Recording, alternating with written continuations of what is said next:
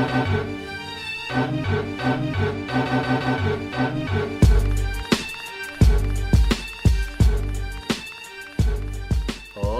goes, and welcome to the 155th episode of Throwback Hoops. Woody V is on the mic, and as always, follow the show on YouTube and wherever you listen to your podcasts. And I'm joined by my main man, Robbie Clayton. What's going on, buddy? What's up, Woods? Look, we're a little later this week, aren't we? Recording this on Saturday the 15th, so apologies we haven't dropped a show early this week. We did have a guest who had a bit of technical difficulties there, so we're going to have him on again next week, but we thought we had to put out a show. There's a lot to talk about. Obviously, we're going to talk about all the good Wildcats things and all the bad Sydney Kings stuff, but yeah, looking forward to chop it up as always, mate. Definitely. So let's get into it, shall we? What jersey you got for us today, brother?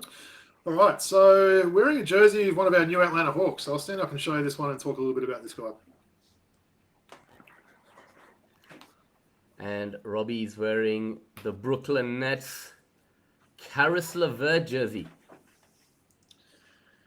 Yeah, so it's a Nike, like this jersey as well, Wood. So Brooklyn Nets Caris LeVert jersey. So as you know, Woods, Michigan Wolverines are my college team. They have been since I was about 11 years old. So, he's Caris is someone that went to Michigan there. So he's now on his fourth NBA team after last week's trade to the Hawks.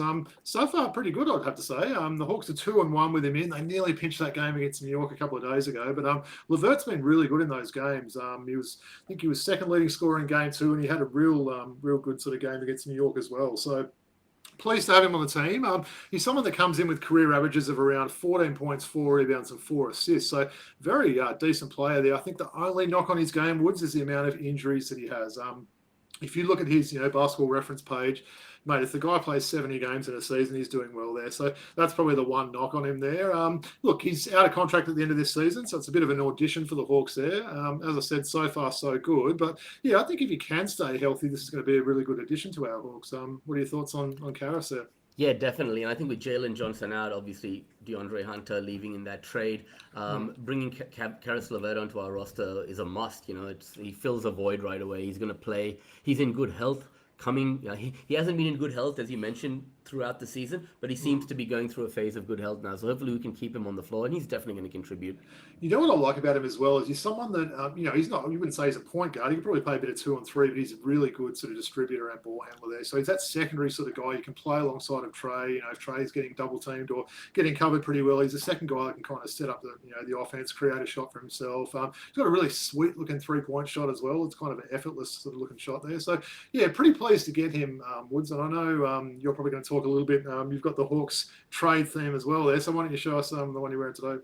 Yeah, for sure. And actually, he did play a little bit of point guard at Brooklyn in those early days, right? So sure. Having a playmaker who can create for themselves and others from the 2-3 spot is gold in this league, right? Yeah. So we didn't even talk, by the way, about what jerseys we're going to wear today. So I just happened to wear the jersey of the guy Caris LeVert got traded for, right? So I'm just going to stand up, and it's a jersey. And why don't you tell the audience a little bit about where we got this jersey? Yeah, so Woods will stand up rocking the DeAndre Hunter Atlanta Hawks jersey. So I bought one of the same ones. These are from the Hawks store on that amazing trip we did last year. And that trip's coming upwards. It's nearly about a year since we went there. It's absolutely flown, hasn't it? I know it's been some good and some bad things that have happened since then for both of us. But yeah, we both got those from the team store. They were probably the most affordable thing too, weren't they? The jersey prices there were pretty outrageous, I've got to say. The jerseys weren't too bad. But yeah, I like it. Yeah, these were like 40 US, I think. Yeah, they weren't bad. The jersey's like $130 US or something. Like, man. Okay, well, let's start off with the trade. I know we were going to talk about it a bit later, but now that we've got the jerseys of the two guys that were traded for each other, we might as well just break that down a little bit. So on the 6th of February 2025, DeAndre Hunter was traded to the Cleveland Cavaliers in exchange for Caris LeVert, George Niang, and 3 second-round picks and 2 pick swaps. So overall, how does that trade look, right? What's DeAndre Hunter's impact going to be on the Cleveland Cavaliers, maybe? I'll ask you. Yeah. Look, I think I've grown on the trade a little bit. I was initially a little bit frustrated. I felt like this is finally the best year that DeAndre Hunter had, and then we've gone and traded him there. His currency was probably at its highest, and we traded him. Got, 2 decent players in return. As I said, LeVert, who's out of contract, Niang, who's got a couple of years left. Interesting, Niang gets reunited with Coach Quinn Snyder, who they lived together in Utah, and they both speak very highly of each other. So Look, I think it's maybe that, 2-for-1 thing. If you probably think maybe Hunter's the better player, maybe, but I think we're getting two players, so maybe that kind of slightly puts us over the edge there. So yeah, look, both of them have been pretty handy so far. You know what you're going to get from Niang, right? He's a veteran presence, got that big body on him, certainly can knock the 3-point shot down at a pretty decent rate there. But look, probably I can say for both of us, Woods, we want to thank DeAndre Hunter for his years of service. He was our longest tenured Hawk after Trey. So he's been there a long time now. We gave him that sort of contract extension. And as I mentioned, this is his best year he's had. I know he's been a little bit critical to me offline about his lack of filling up the box score, I guess. He'll get... What did he do the other day? You commented on? He had 20 and 0 in everything. So he had 22 points and he had 0 on every other stat line. And he's a big unit too. So one thing I've got to say about him, Woods, is he was sort of known as a defender coming out of Virginia. I think a lot of people have said maybe he hasn't quite lived up to that defensive presence there. He's had his moments there, but you certainly wouldn't call him a lockdown defender there. So, his offense really improved. He's got a really nice looking 3-point shot. Wish him all the best with Cleveland, though, I've got to say. Absolutely, man. And you're right. He's become a 3-level scorer, having a career, 19 points per game, shooting 40% from 3, 46% from the field in just 28 minutes a game. He's probably taken home an award at the end of the year, right? Like, he's probably getting that 6-man award if they continue to bring him off the bench. Maybe most improved. I know that's always a pretty hard one. That normally goes to a star that's turned into a superstar. So maybe 6-man of the year is his best bet. He's going to start some games. It really depends, right? Yeah. Yeah, so just quickly before we move on, 300 games for us. That was his 300th game he played before he got traded. Wow. As you said, well tenured with us for many years. 27 years of age, plays the 2 and the 3 spot, 6'8". Went to college at Virginia from 2016 to 19 before being the 4th overall pick in the first round of the 2019 draft by the Lakers, who then traded him to the New Orleans Pelicans in the Anthony Davis trade, and then again to the Atlanta Hawks, along with Solomon Hill for picks number 18, 17, 35, the 2019 NBA draft. So a good 6-year tenure with us where he did contribute in many ways, and was...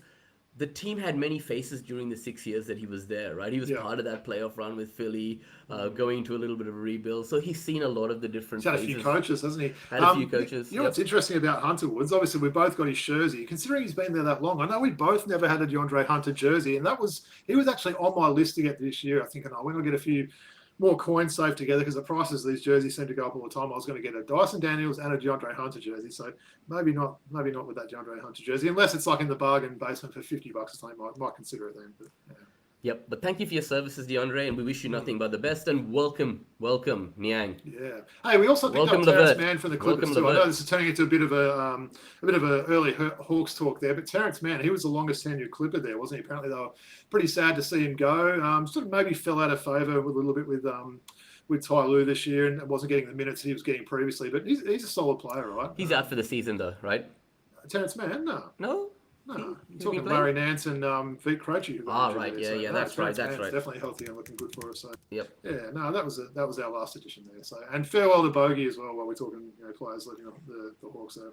Yeah, Burns Highland was part of that trade that we let go. That's right. Yep. Yep. Okay, so what do you got for us for card of the week? Got something a little bit different. This is probably based, so as I mentioned, Saturday the 15th. I thought I'd pick one of our Aussies that had a great game yesterday, Wood. So you can probably pick this. I think I saw you talking about him on the chat. So this is a 23-24 Dante Exum signed Dallas Mavericks card. So another one of these nice signed cards, Woods. That's big thing I've been getting lately. I'm trying to get a lot of signed Atlanta Hawks and a lot of signed cards by basically anyone that's an Aussie there. So that's a Dante Exum. The big game he had yesterday was a 27-point explosion. I think he missed like 2 shots for the game. It got me thinking in that game. They've got a lot of injuries on that team there, and they basically had 3/4 of the team out in that win yesterday. But he could be a pretty important player in this playoff run for them. Again, it's all dependent on health, as we mentioned with Caris, LeVert. Dante Exum never been far off getting his next injury there, but he was pretty solid last year in that finals run. And how important do you think it'll be for Dallas having him back and healthy at the moment? Very important, especially with Luka leaving. That prototype, a big guard who can create for himself and others. He's not Luka, but he obviously fills that void a little bit. Can do some of the things on the court that Luka can do. Jason Kidd has so much faith in him. In fact, he's come out in the press recently and said we've really missed him from day one, from training camp. It's so good to have him back. And he's playing. He's been forced into a situation where he has to play with the injury bug hitting those Dallas Mavericks. So he's going to be extremely important to them. And I think with Spencer Dinwiddie, I'm not sure Jason Kidd necessarily Yeah. shows that much faith in him. And now Yeah. that Dante Exum is there, he's going to be a primary ball handler for that If ball you're club. talking about our next Boomers campaign, Woods, I'd say the two most crucial guys in that team will be our Dyson Daniels and Dante Exum. That we saw how good they were in that last Olympics there. So yeah, really good to see him back and healthy. Pretty nice card this one. He's going up against Portland there. You can see your boy Chauncey Billups in the background, but yeah, nice signed auto card. I believe, Woods, out of anyone that's had an auto card that's possible for me to get in the NBA, the only one I don't have so far is Ben Simmons, the newly signed LA Clipper. So apparently he doesn't sign a lot of cards, so that's probably one on the list there. But yeah, I'm liking that bit of a collection I got there. Well, quickly, LA Clippers, Ben Simmons. What kind of impact is he going to have? Now that you Pretty mentioned good in it. his debut, wasn't he? I mean, he sort of, maybe won't get too excited until he's done that a bit, but I think this is a really good spot for him, to be honest. A lot of veterans on that team. He can come in and play his role there. He can, run the second unit there. He can play that defense, which we know he's still capable of doing there. We saw him get a real good rip steal and run down and finish there. So, back playing with James Harden again, which is pretty random there. So, he's got some familiarity there. And I think I might have said to you, I'm not sure if we said on last week's show or on the offline there, but the Clippers were the last team out of all 30 NBA teams to have an Aussie on their active roster there. And now they've got two. So that's pretty crazy. They're the last team. And then within a week of each other, they've now got Patty Mills and Ben Simmons there. So does Patty Mills get in Ben Simmons' ear? And we maybe see him in that next Boomers campaign? Who knows, right? I mean, he's got to earn his spot, right? Right now, I don't know if he's in our best 12, right? So, would you put him in over Nick Coe? Yes. Yeah, so would I. Yes. And just quietly, the Clippers did have a chance to sign an Australian and gave up on Joe Ingles at training camp, right? Remember? Yeah. All right, so let's move on, man. Speaking of the NBA, right? I just want to go around the grounds a little bit. Announcement was made this week that the NBA games will be coming to Australia. So basically, Victoria is set to host 2 games in October this year, 2025, sources said, which would be between an NBA team and a side in the NBL.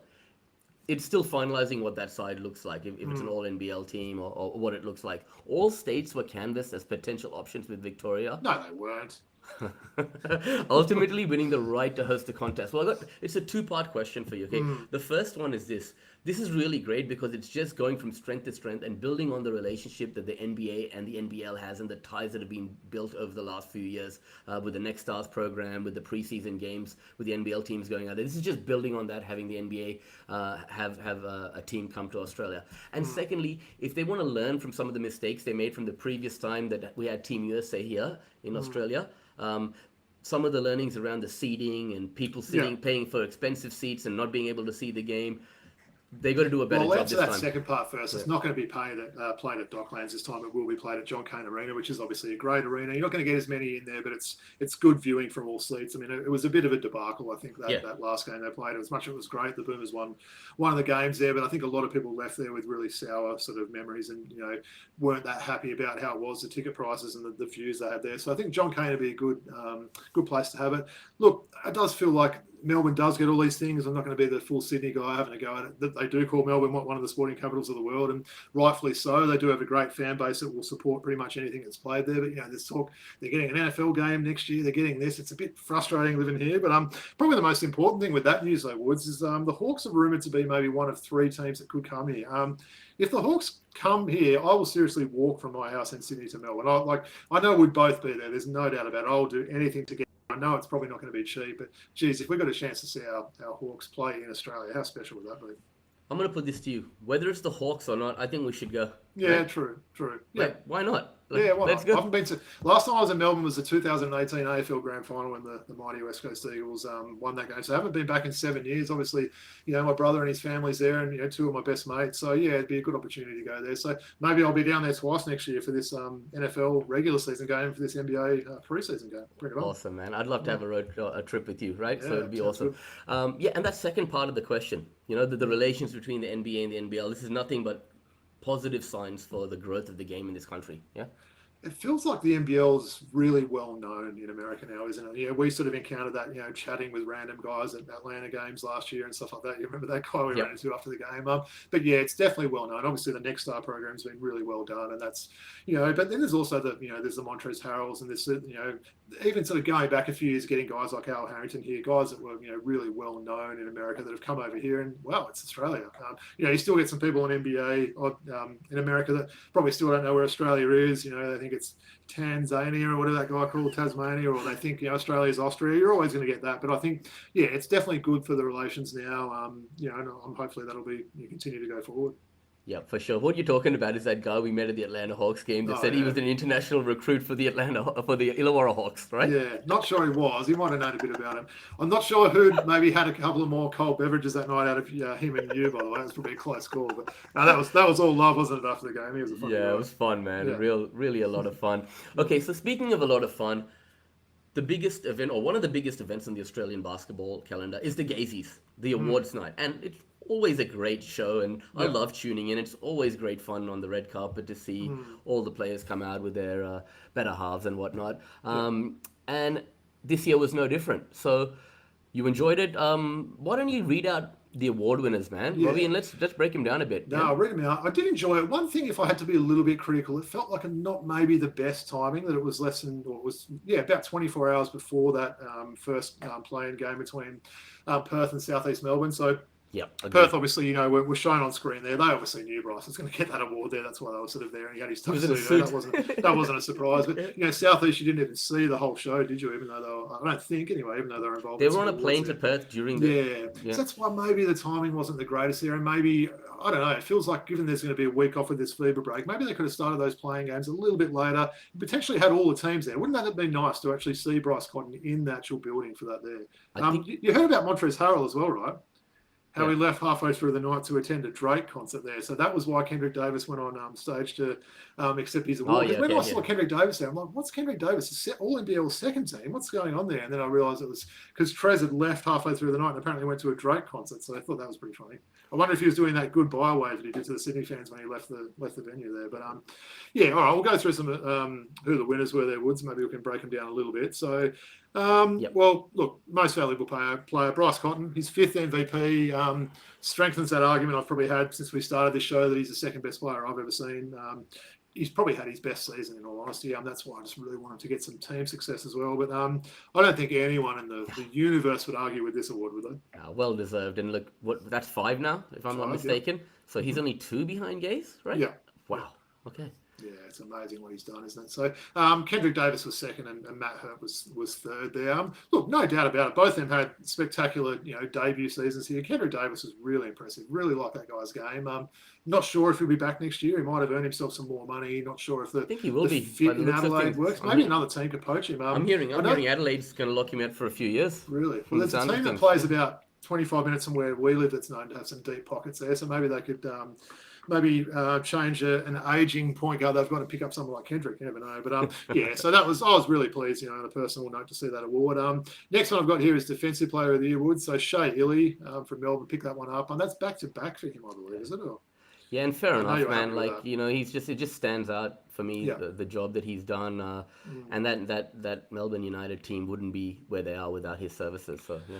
I like the highlight package they put with him, just the amount of times he puts his body on the line and stuff like that. His offense is probably better than people give him credit for as well. He can get to the hoop. His shot's a little bit streaky there, but absolute elite defender. I'm a little bit worried about him going up against Bryce, and we'll talk about that semis maybe later, or sort of preview more next week. But well deserved. Coach of the Year. I think this is very well deserved. Justin Tatum. He took over from our boy Jacob Jackomas. Was about halfway through last season, maybe a little bit under halfway. Did a good job after that, but look, got them their first ever minor premiership. I was pretty surprised about that, given they're one of the foundation teams. They've never won a minor premiership before, and of course that means finishing on top of the end of the regular season there. So you're happy with the absolutely. Tatum award there? And they love him. All the players love turning up to work to play for JT, right? Yeah. And that's visible for everyone to see, and it was even visible to see by the Illawarra team sitting at their table at the event. You could just see they were all brothers, all around each other. That's not happening in Adelaide or Sydney, trust me. No. Doesn't he seem like a cool dude as well? The sort of guy you'd want to be around, sort of thing. He'd coach you and be hard on you, but you could, have a chat with him after the game, hang out and, have dinner or something like that. But no, I was pleased to see him win that. I think Dean Vickerman's probably a little bit hard done by sometimes with this award there. He always puts together a really good team, doesn't he? But I think, this year they got it right with Tatum there. So we've got 2 Sydney Kings awards coming up. So I guess we'll probably go to those ones, right? So the first one was most ever turnovers in a playoff game. Oh, no, sorry, I got that one wrong. So first one we've got best 6-man, Kwat Noi. Look, I saw that firsthand when I saw the Wildcats come to town a couple of weeks ago. He's a spectacular player off the bench. This wasn't even close, I think, was it, with him winning?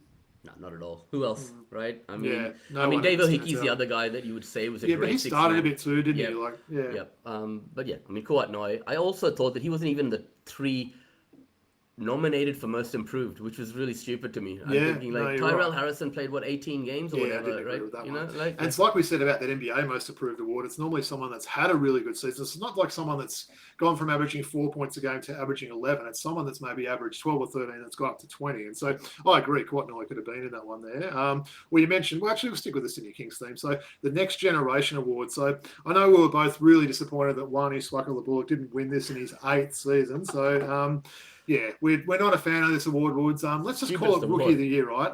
If you're a DP, maybe that can count until you're a full, fledged player there. But you can't have players like Wani Swaka-Bullock's won multiple championships through 2 teams. He's been playing since 2017. Like, give me a break. That's just rubbish. Can I just give a stat about Wani Swaka-Bullock? Shout out to Pleb, Supercoach Pleb. Loved following his Twitter account, his X account.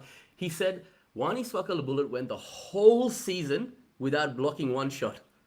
That's crazy. Hey, Woods, I can't even touch the net anymore at my advanced age. I got 2 blocks on Thursday. So how does someone like him with those long arms and everything like that not block a shot? Not 1 shot. That's crazy, yeah. But look, it's a crazy award. We joke that Samson Froling, this is the first year it hasn't been in contention for it, sort of thing. But down to the winner there, Alex Tui. I think a few people are maybe just a little bit disappointed Taron Armstrong didn't win it.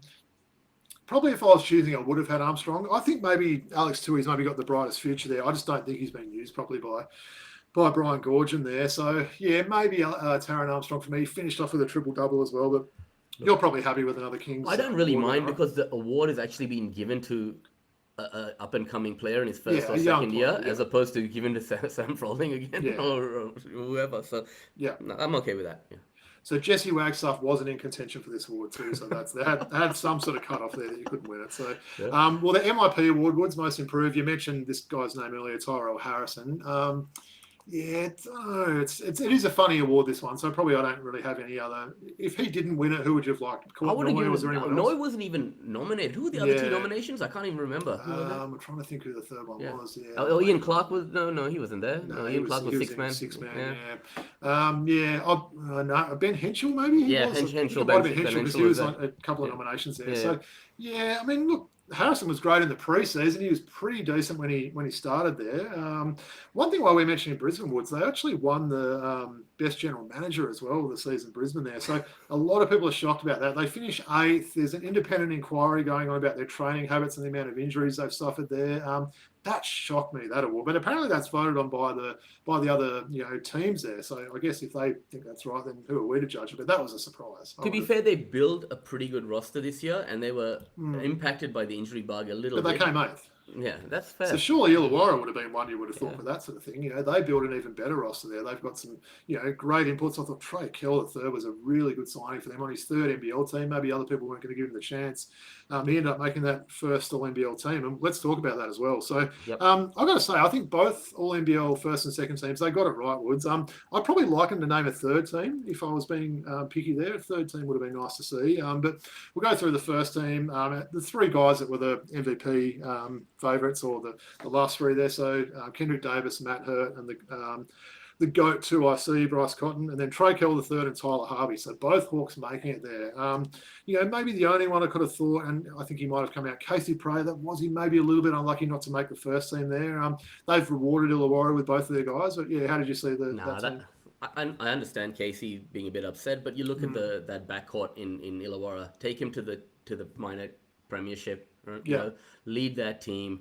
I think Tyler Harvey and Trey Kell are both deserving to be there alongside those 3, which are a no-brainer, right? So I'm okay with that. What about the first ever time without an Aussie making that All-NBL first team? First ever time. I had to sort of do a double check when I heard that last week, so that was a bit of a surprise. And what do we have? We had 2 in the second team. So we had Chris Golding three in the second team. So Chris Golding, Montrezl Harrell from Adelaide, Casey Prather, Samson Froling, and Xavier Cooks, who we'll talk about him in a little bit there. So, look, Golding, for his a couple of moments there, you thought maybe could have pushed that first team, and Melbourne miss out on getting someone on the first team. But that probably shows you how deep that team is, right? If they can finish second and only have one person named in this top 10, which is pretty crazy. Montrezl Harrell, look, no arguments there. Casey Prather, as we said, an amazing season there. Could have made the first team.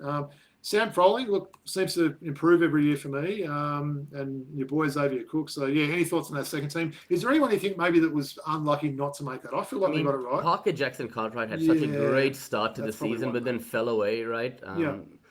Then you look at someone like Milton Doyle didn't have the season, then he didn't deserve any of that, right? So if you were naming these at, say, Christmas time, Woods, like Parker Jackson Cartwright would have been, if not in the first team, 1,000% in the second team. So, yeah, obviously that suspension cost him, funny enough, that was at Christmas, wasn't it, when he got suspended there. And when he came back, the team wasn't performing and his play wasn't quite as good. I think he might have had an injury as well. So, anyone else? Nathan Sobey, what a great year he had after the Coach King took over, right? Well, if that was a third All-NBL second team, they would have been the backcourt there, wouldn't they? Sobey and the law firm there. So, no, I think they got it pretty right there. But, yeah, I think it was a pretty decent night. I like the way they do it. It's great to see Gazy up there at the end and everything like that. And, yeah, a bit of fun. Absolutely. What about the three-pointer of the year award? What did you think of that? A little bit random, wasn't it? Yeah. I mean, another award for the Sydney Kings, right? Yep. I mean, some say Bryce, was unlucky that one he got against Adelaide. I think he might have had a couple of, ones there. Pretty random award if you're asking me. Yeah, I like my three-pointers, but yeah, a bit of a strange award, that one.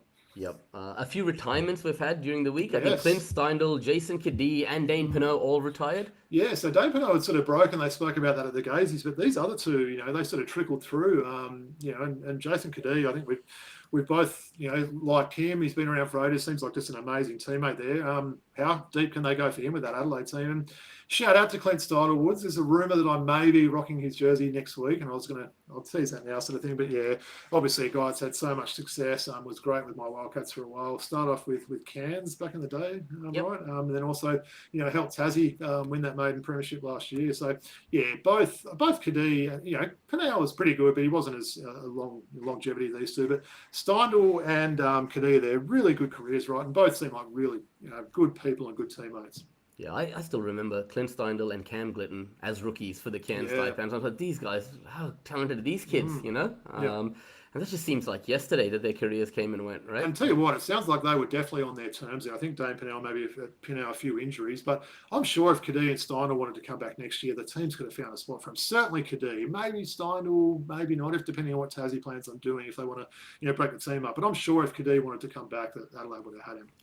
Yes, and I know Brad Pinot, Dane's father, works in the same industry as me. We have some dealings with each other, and I know Dane's got a career after basketball at 28 for him to focus on. So that's great. And also Adam Forde just came out that the Cairns Taipans have announced that Forde will not be returning next season as head coach. However, he will remain connected with the club and Far North Queensland in a new remote role that will be announced soon. He's apparently got opportunities to do some work overseas. So yes, I think there might be an asterisk on that may remain with the club. I'm sure if he gets an offer of a massive role, in Asia or something like that, maybe he'll take it. But longest tenured coach by quite some way. Well, it said it's going to be a remote role, which means that he'd probably be still taking up an offer overseas and still working with the club in some capacity. Yeah. But how will he be remembered, right? We've talked about it on the show a bit. 4 or 5 years, it was probably time was up there, right? But how will he be remembered in his contributions towards this I mean, look, it was always kind of that underdog team there. They didn't have the budget that the Sydneys, the Perths, the Melbournes had there.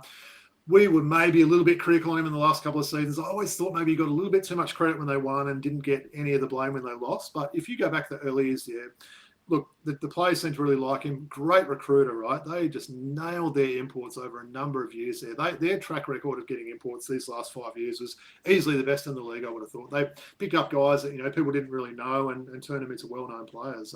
There's been quite a few examples. I mean, right? His finest moment was when the Taipans were, all the experts said wooden spoon, number 10, right? Yeah.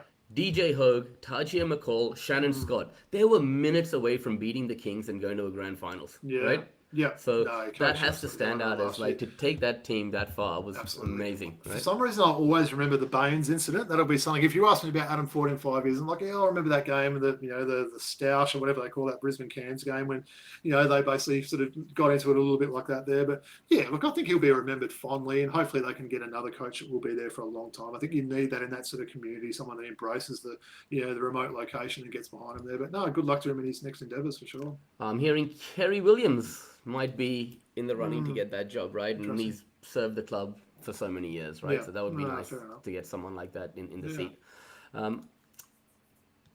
All right.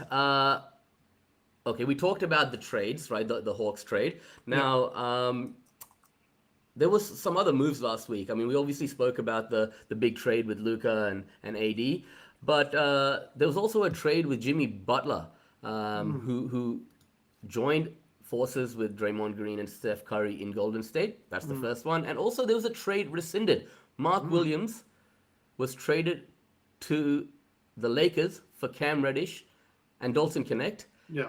And then in a physical that the Lakers performed, red flags came up and the trade was rescinded. So maybe I'll ask you first about the rescinded trade, and then you can speak to me about the Jimmy Butler in Golden Well, a few State. people have reached out and said, "Well, what about the timing there?" I featured a Mark Williams, rookie PSA card on the show last week, and 2 days later he was traded. Everyone was talking up this trade, what's the exact need that the Lakers had there. The thing that troubled me with this injury report there, apparently it wasn't his back. So we know he's had back issues this year. Apparently the red flags with his injury history weren't related to his back. So I don't know what the heck is wrong with this guy. Apparently he's trying to almost work on a buyout with the Hornets there. So I don't know if the Lakers could still pick him up if that's a chance there. But what an awkward thing to happen, right? We saw Dalton Connect walking around Charlotte. He had his Charlotte clothes on. Never played a game, of course, because he was still waiting to go through. And he apparently wasn't up for playing in that last Lakers game. He said to Coach JJ Redick, "Look, I'm just not feeling it at the moment. I need some time to process this." So yeah, it's an interesting one. Just shows you the NBA can be, it's like a hot player 1 minute and get traded the next. But yeah, I mean, look, the Lakers signed Alex Len. Not sure that's really moving the needle. He's really been bouncing around. He's not that inside presence that someone like Williams is. But Lakers have still got that issue there. But yeah, what an awkward thing to happen, right? Very awkward. And yeah, I don't blame Dalton Connect. He was actually in the rookie game today wearing his Lakers jersey. So, I think it must be tough for a young kid to have to go through that wave of emotions. Yeah, and Golden State. How's Jimmy Butler going to help this Golden State Warriors team? Is it going to move the needle? Well, firstly, I hear he's a really good bloke. So that's the first one I mentioned there. Well, look, I think we've kind of called this with Jimmy Butler before. It'll probably work out well for a short time there. It might get him in the playoffs. They might even win a round, depending on what happens there. I don't think long term it's a good thing to happen. They certainly re-signed him to a pretty decent contract there. Look, they didn't give up a lot, did they? I would have thought. The Dennis Schroeder, just getting traded for the millionth time this year. But look, they kept a lot of the young guys. They still managed to hold on to guys like Kuminga and Moses Moody and these sort of guys that they want to have. Pod as well, who's looking good there, the lefty. So, look, it's worth a try, I think, right, if you're Golden State. They need to try something. They were falling down the standings. We spoke about this last week. They were, would they make the playoffs? And we were like, maybe they won't. Maybe they miss out on the play. And I think this probably puts them in there now. So maybe good for the short term, maybe not so good for the long term. Yeah, I agree with you. And I think with Steph Curry, he was just going through the motions lately. He wasn't even really caring. He was deferring to others. What I've seen in these last 3-4 games since Jimmy Butler's joined the ball club is a newfound hunger for him to win ball games. And he's more engaged. So let's see if that continues post All-Star break. Sure. Yep. Yeah. All right, let's move on to the NBL, man. Two big games, two play-in games. One was an eliminator. Let's start there, okay? Sorry, it was in Sydney. Sydney Kings versus the Adelaide 36ers. Before the game, we got news that Xavier Cooks has been suspended indefinitely, and it's just come out recently that he's tested positive for cocaine. Don't want to speak too much about it. Let's wait for everything to come out, But one thing we can say, it's irresponsible for our team captain and someone in a leadership position to make such a blunder, right? Are you breaking news, Woods? I hadn't heard that was completely official yet. I thought that only come out and said that it wasn't a performance-enhancing drug there. It's come out officially this morning. It's cocaine. Yeah, interesting. Yeah. So, yeah, look, big news. Obviously, that's why he didn't play that game against the Hawks a couple of weeks ago when he pulled out, a couple of hours before the game. But, yeah, really disappointing to, your best player. There's no doubt about it. Hasn't quite been, maybe where you think he'd be this year. So, bit of a letdown. I think if you're a Kings fan, you'd be pretty disappointed about him letting the team down like that. But how are you feeling, man? Let's start with you, right? I know you were at that game. You maybe a little bit worried, especially after the Cooks news, but you were probably expecting your team to win. I'm not going to complain too much about your crowd because I know the Perth crowd wasn't great, but geez, it looked pretty bad on TV, that Sydney crowd. But yeah, how was the night in general? About 5,000 people came. There was not really a home court advantage. It Yeah. almost felt like we were resigned. I actually thought we would lose, right? I Yeah. thought Xavier Cooks is out. This Adelaide team is dangerous. I was just disappointed. Just the whole season, it culminated in this loss, but it was a build-up, man. And it was no different to last year under Coach Mahmoud Abdul Fateh. In fact, I think it was worse this year because that narrative about us being, the best team ever built and whatnot. And we were in that game. Shout out to Cam Oliver. Cam Oliver, if only Gorge could have got that out of Cam Oliver all year. He was showing leadership and really playing with them. That was when Xavier Cooks was out, Kelly LePepe's out, Galloway's out. He had to play big minutes, and so he showed leadership there. But, Hey, without being a smart-ass, Woods, does that mean the Kings, they didn't make the playoffs, right? I know I always struggle with this in the they NBA did. now. So They did. So it counts as making the playoffs this year. Yes. Is that the same with the No. NBA as well? No. So that's different in that. Yep. Interesting. Yep. So they did make the playoffs. In the NBA, the play-in doesn't count as a playoff. Yeah, It's almost right. like purgatory. And those stats get lost as well, don't Those they? stats It's like get where lost. those stats go, sort of thing. So interesting. Okay. No, thanks So for this pointing does that go out. to playoff stats in the NBL. Yeah. So we ended up losing by about 10 points, I think, from memory. I walked was out the door when... I'm not surprised you did. Yeah. Look, Montrezl Harrell was pretty amusing at the end, waving goodbye to the fans. Him and Cam Oliver were really going at it, weren't they? That was quite funny to watch on TV there. They had a bit of a hug and sort of, a bit of a chat after the game. So maybe it was all just the heat of the moment there. But look, for me, Woods, it's definitely going to be remembered as one of the bigger failures of a team. I know you maybe didn't agree. I made some pretty hefty statements at the start of the season. I think if I'm recapping it, full disclosure, I joke that they wouldn't lose a game. I joke that they could probably beat the Washington Wizards in the NBA. And I joked that I thought it was one of the best rosters, lineups that I'd seen constructed there. I stand by that last one, especially. That team on paper is, you're talking 2 former MVPs, Wood. You're talking all this talent, a guy that's going to get drafted this year in the NBA. You're talking veteran presence. You're talking the coach that many people call the GOAT there. And, they're going to come 6th this year out of a 10-team competition. And it's just not good enough for a team like Sydney. I'm not sure what they'll do going forward. We know Cam Oliver's not going to be back. Jalen Adams put up some decent stats. I know you're a bigger fan than me. He had 9 turnovers in that elimination game there. I'd move on from him if I was the Kings. I really would. He's had his time. He put up some good games, had some good scoring games this year. Don't feel like his defense is what it used to be. And I don't feel his care factor is there sometimes as well. But maybe there's some wholesale changes. Maybe you could see literally half a new team, right? We know Tui will be gone. Oliver will be gone. Adams might be gone. Yeah, and I think a glaring hole there in that team was not having a big man, right? Exactly. And that's Geordie where we Hunter lost out. would have been perfect. Absolutely perfect for him. Yeah. Maybe that's their first need. And maybe for one of those import spots there, they look to get, and we're talking a big man, right? Woods get, a 6'11", 7-foot guy. Sydney likes to get that high profile sort of import signing. They've traditionally done that there. So maybe there's someone out there they can get. But I think they do need a big man. You're right there. Also, Tim Suarez, high character individual, right? You've got a guy like Justin Simon, high character individual. Then you got in guys like Denzel Valentine. You've got Cam Oliver. As much as I love him, man, you get some baggage with these guys, right? So I think I would recruit on character next year a lot more, right? Yeah. All right, Wildcats. High scoring game, man, versus SEM. 122 to 107 from memory. I think there's rumours that both teams are still out on the court shooting free throws as we speak. Woods, about 5 days after. Look, I wouldn't say it's the best game I've ever watched. Like, if you see that score, you think, oh, that must have been amazing. The refs, they really, probably impacted this game negatively, I would have thought, with the amount of fouls. It was almost comical, wasn't it? How many free throws are being shot? It was a long game. I know it was a late finish for people watching that. Tuesday night, 9:30 in the Eastern States. Yeah. With 100 free throws. But full credit to Perth. This was the KP game that we knew he was capable of, right? Keanu Pinder, he was just the most dominant player in that game there. Cotton got his, as he always does.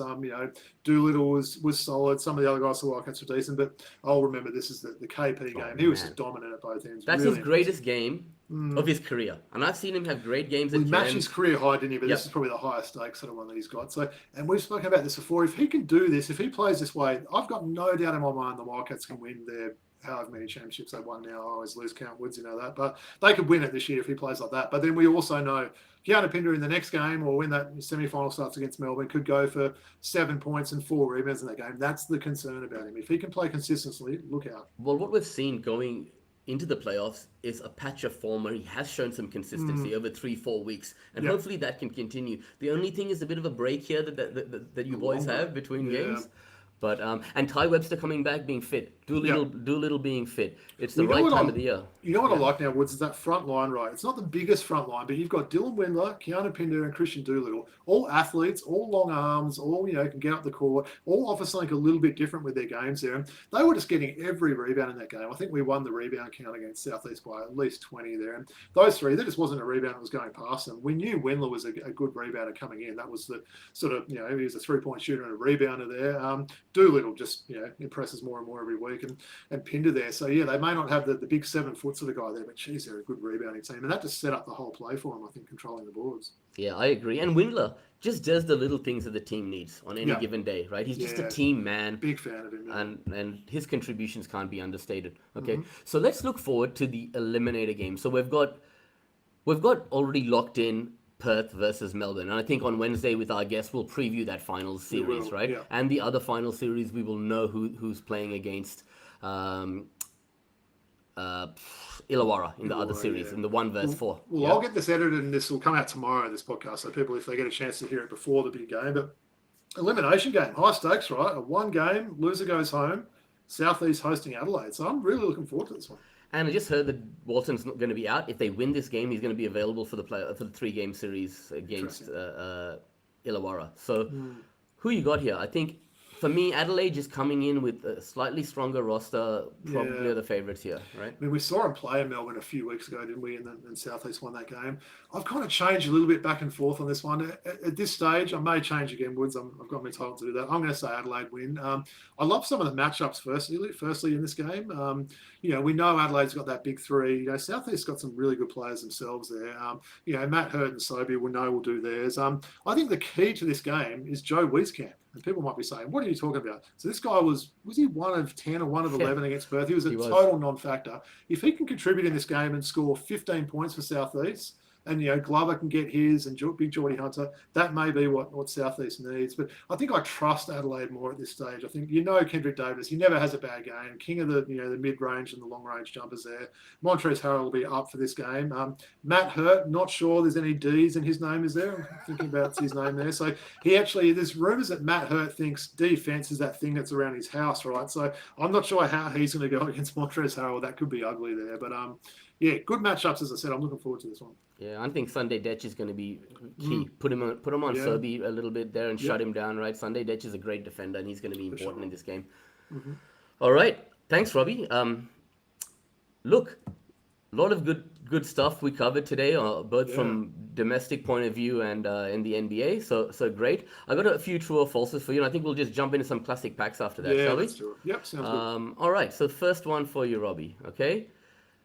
Now, the Phoenix Suns have lost 6 out of their last 7 games, all right? And I'm going to ask you the question. The Phoenix Suns should look at a complete rebuild at the end of this season. Yeah, I'd say true for that. Look, if I was them, I'd keep Booker. I'd look at trying to move anyone else on that roster. Booker's your youngest guy out of that big three there. KD's, he's probably still got some currency if you want to move him on. Bradley Beal with that no trade thing's a little bit difficult there. But yeah, I think they need to start afresh and just try and, there might be a couple of bad years if they do that, but I do agree they need to rebuild.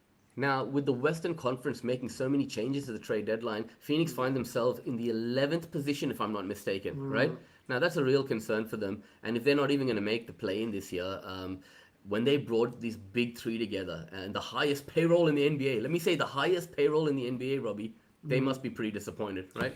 This might be one of those things. If they continue to drop, you might see some mystery injuries, happening towards them at the end of the season. Devin Booker sprains his ankle and misses 10 games or little things like that. So maybe they'll try and potentially tank. I think they won't give up yet though. That West is a bit of a logjam, isn't there? We saw that with Golden State. They were looking in trouble. They potentially moved up now, so maybe there's still time. But yeah, I'd say probably true that a rebuild's needed. Awesome. Yep, I agree with you. True. Yep. Moving on now. I didn't have this previously, but I'm going to add this one in.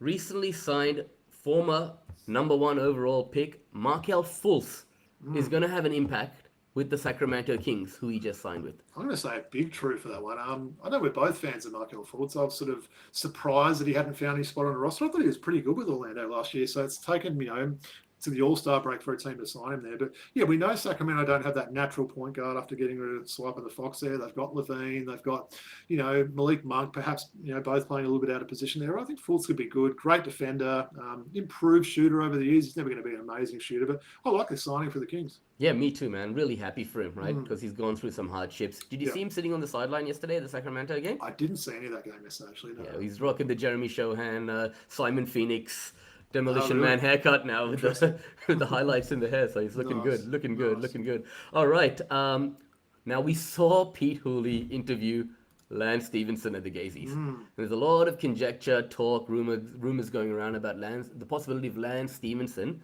playing in the NBL. So my question to you is, true or false? Lance Stevenson will be in the NBL next season. I'm going to go a third true in a row here. I think he might be. I think this is a good sort of player. It's, we've seen the Taco Falls and Montrezl Harrells. I think this is good for, trying to sell something to your fan base. Look at this. We're getting this exciting guy that, did this in the NBA. He could be someone for the Kings to chase Woods. I'm not sure if it's quite that character guy I knew you were going to say that. It could be, though. That would be that high-profile signing there. I'd like to see him have a chance. I think he's still got a bit of a game left. He's a crazy dude, right? You never know what you're kind of going to get from him there, but he's entertaining for sure.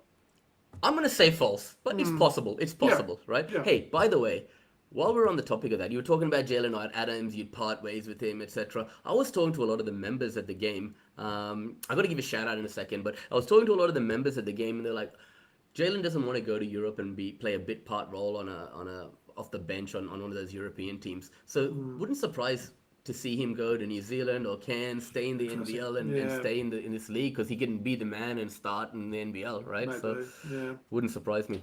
All right, cool. You will be watching all the events and games at the NBA All-Star Weekend. True-ish. At the time of recording, these games are onward, so I'm going to be watching it on delay. If I'm being completely honest, I probably won't watch the celebrity game. It's one that I sort of always think I'm going to find it interesting. It never is, but absolutely looking forward to the Rising Stars game.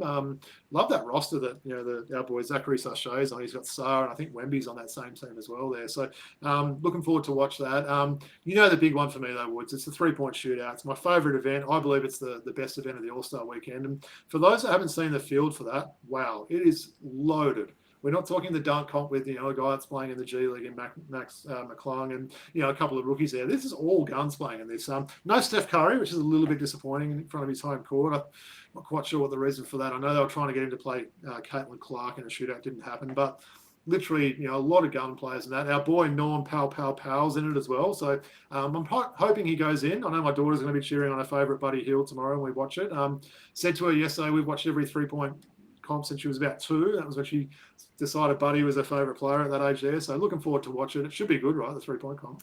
Absolutely, man. I'm going to watch everything. Just give it a go this year. There's a new format. I want to support. I want to like the All-Star game. I just don't. I don't like the All-Star weekend apart from the 3-point shootout, as you said, right? So give it a chance. Let's see if this new format plays out well, right? Yeah, for sure. All right. So some new packs arrived, man. Nice. What do you got? I've got the 1992 3 NBA hoops. Have we done that? I don't know if we had. I can't even. We've done the 1991. We've done the 91-92. So they're not the silver background ones, right? No, that's the 1991s. That's the 91-92s are the white backgrounds. Yeah. Oh, okay. Yeah, I don't think we have. See how I go. We haven't done one of these. I don't even remember these, man. Far out. Interesting. Yeah. Okay. Hopefully some good ones. Okay. New York Knicks legend, the brother to one of the greatest players who have ever played the game. Gerald Wilkins. Nice. I do remember the set. They're not a bad looking set. Yeah. Gerald Wilkins is a pretty solid player in his own right. Nice. Yep. Plenty of stats on the back. That's what I loved as a kid, Woods. Reading all those. Me too. And the bios, right? Yeah. Okay. League leader in 92 for rebounds. These two guys were the two league leaders for rebounds in 1992. One of our Atlanta Hawks, and the other the greatest rebounder to have ever played the game. So Dikembe and Dennis Rodman? Nope. 92. No, he wasn't with us in 92. He was in Denver in 92. Who was our starting center in 92? Theo Ratliff? No. Come on. One of our favorite players of all time. Oh, Kevin Willis. Kevin Willis. 92. Okay, yeah, of course. He's been playing forever. Yeah, of course. I thought he was, good call there. Couple of interesting guys. We've got the Orlando Magic All-Star Weekend card here, right? He scored 15 points, handed out 5 assists, and recorded 3 steals in the 11th straight NBA All-Star game appearance for him. He's a guard. One of the great little guys of all time from the Detroit Pistons. In his final ever All-Star game, actually. So Isaiah Thomas. Isaiah Thomas. Nice. Retired soon after this, didn't he? Oh, okay. Yeah, I do remember those ones. So is that an early number in the set? Was it like the All-Star cards that came first? 303, no. No, okay. Completely not that. Okay. Yeah, interesting. This guy... This is Minnesota Timberwolves card. He's bespectacled with goggles.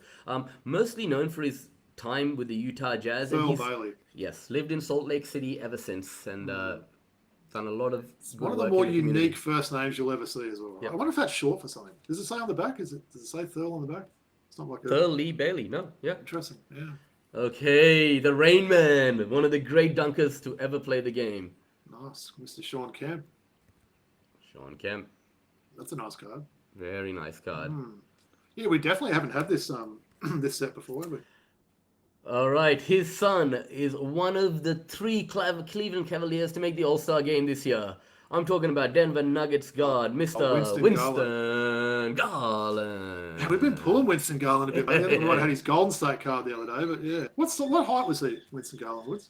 Winston Garland is at 6'2", 175. 6'2", so probably a similar size to his son, I guess. Yeah. All right. Competing in a rugged Pacific division, this team finished with a 29-53 record in the 91-92 season. The only team in the division that did not make the NBA playoffs. Okay? Clippers. No. This team traded the rights to its top draft choice, Billy Owens, to Golden State the first day of the season in exchange for Mitch Richmond and Les Jepson. Sacramento, of course. Sacramento. Yeah. It's a Sacramento team got that card. Billy Owens jersey both names. Any names mentioned there or not? Just what you read there? That's what I read there. So yeah, Billy Owens at Golden State and Sacramento, one of my favourites there. Yep.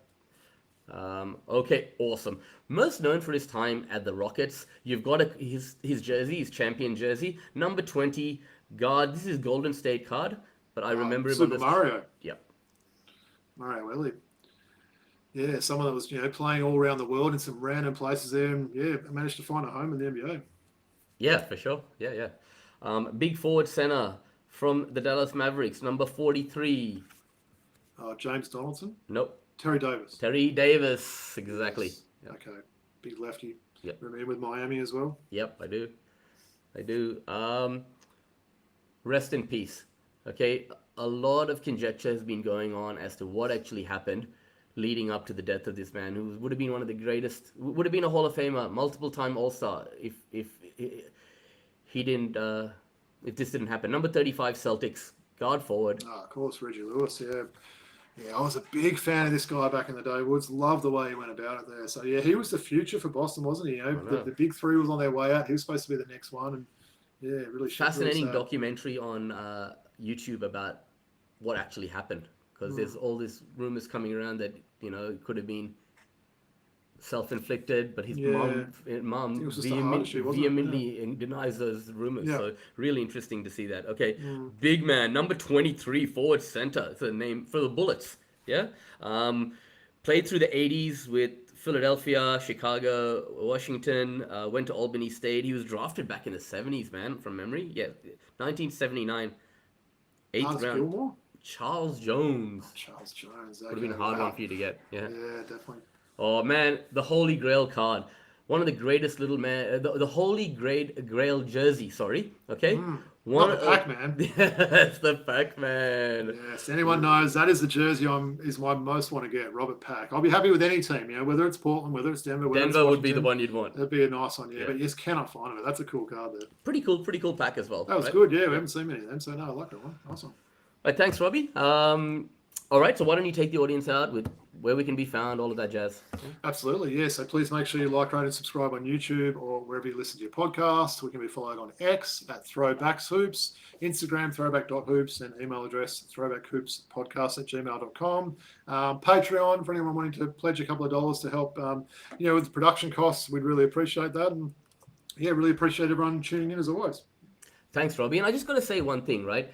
At all these Kings games, right, all the members sit where I sit, It's all a members area. But this season, what they've done is they've only given half of them to members, so the Kings can sell tickets to the general public to come sit close, which is fair enough, right?